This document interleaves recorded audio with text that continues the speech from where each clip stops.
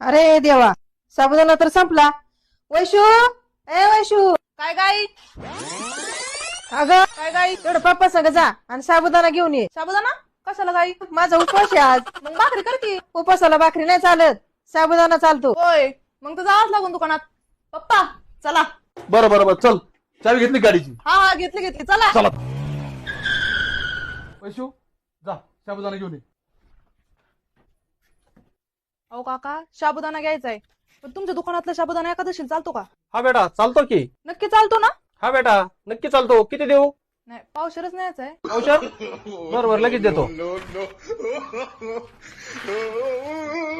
हा घ्या साबुदाणा.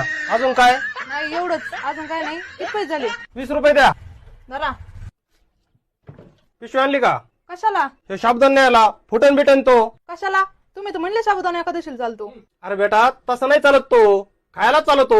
पण चालतो ना, द्या ना मग पाठवून घरी. नाही चालणार का? मला माहित होतं काका तुम्ही खोटं बोलले. काय खोटं बोललो? तुम्ही साबुदाणा टाकीत होते तेव्हा मी माझ्या डोळ्यांनी पाहिलं, त्याला पायच नव्हते. ओ मला नको तुमचा साबुदाणा, द्या माझे पैसे. ओ पप्पा, त्यांचा साबुदाणा एकादशीला चालत नाही, त्याला पायच नाहीत. चला दुसऱ्या दुकानात.